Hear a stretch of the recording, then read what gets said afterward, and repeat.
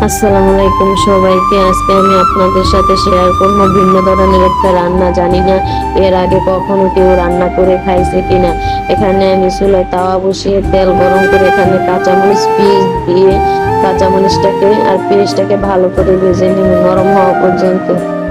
এই পর্যায়ে এখানে আমি আদা রসুন বাটা দিয়ে ভালো করে ভেজে নিব আর পরিমাণ মতো লবণ দিয়ে এটাকে ভাজা ভাজা করবো যতক্ষণ পর্যন্ত আদা রসুনের কাঁচা গন্ধ না চলে যায়। এটাকে ভালো করে নাড়াচাড়া দিয়ে এটাকে ভাজা ভাজা করে এই পর্যায়ে আমি এখানে জিরা বাটা হলুদ ফাঁকি মরিচ ফাঁকি দিয়ে এটাকে ভালো করে আমি নাড়া দিয়ে নিব আর এটা কষাবো। কষিয়ে ভালো করে অর্ধ পর্যন্ত কষানো মশলার গাছ থেকে তেল যত পর্যন্ত না ছাড়বে তত পর্যন্ত এটাকে ভালো করে আমি এখানে কষিয়ে নিব। এখানে পুড়ে যেন না যায় মশলাটা, তার জন্য একটু জিরা পানি দিয়ে দিছি, দিয়ে এটাকে আমি ভালো করে কষিয়ে নিছি। দেখেন এই পর্যায়ে আমার মশলাটা প্রায় কষানো হয়ে গেছে। এখন আমি দেব মেইন উপকরণ যেটা আমি রান্না করবো। এখানে হলো পাঙ্গাস মাছের পেটি আর পাঙ্গাস মাছের কলিজা, এটাকে আমি ভুনা করব।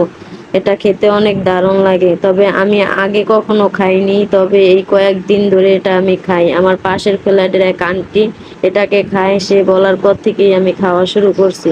আর এটা এভাবে ভুনা করে খেলে অনেক মজা লাগে, আপনারাও খেয়ে দেখবেন। আর এটাকে আমি এ পর্যায়ে ভালো করে কষাইতেছিলাম। এটা যতক্ষণ পর্যন্ত তেল না ছেড়ে দেবে ততক্ষণ পর্যন্ত এটাকে ভালো করে কষাইতে হবে। আর এভাবে একটু পরে পরে লেড়ে দিতে হবে, লাড়া না দিলে তবে এটা নিচ থেকে লেগে যেতে পারে, আর লেগে গেলে কিন্তু ভালো লাগবে না। আর এটাকে দেখেন এই পর্যায়ে আমার কষাইতে কষাইতে এটার ভিতরেও তেল ছেড়ে দিছে। তবে তেল ছেড়ে দিলে এটা ভাজা ভাজা হয়ে গেলে এটাকে ভিতরে পরিমাণ মতো পানি দিতে হবে। তা জন্য আমি পাশের চুলায় গরম পানি দিয়ে দিছি।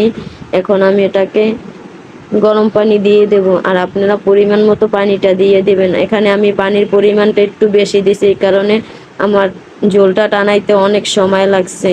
আর এই পর্যন্ত দেখেন আমি একটু পরপরই লেড়ে দিছি, একটু পরপরই লাড়া দিয়ে দিছি, কারণ লাড়া না দিলে এটা লেগে যায় নিচে দিয়ে। আর এটা না লাড়া দিলে কিন্তু পুড়ে যাবে, তাহলে কিন্তু খাবারটা খেয়ে কিন্তু স্বাদ পাবেন না। খেয়ে দেখেন এই পর্যায়ে ঝোল টানাইতে টানাইতে আমার এটা ভাজা ভাজা হয়ে গেছে। এ দেখেন লাড়াচাড়া আরো বেশি ভাজা ভাজা হয়ে গেছে। এখানে আমি কিছু ধনিয়া পাতা দিয়ে এটাকে আরো কতক্ষণ ভাজা ভাজা করে নিব। করে নেওয়ার পরে এটাকে আমি পুরো তেল ছেড়ে দিছি। এখন আমি এটাকে একটু নাড়া দিয়ে চুলাটাকে অফ করে দেবো। দেখেন এই পর্যায়ে আমার রান্নার ফাইনাল লুক।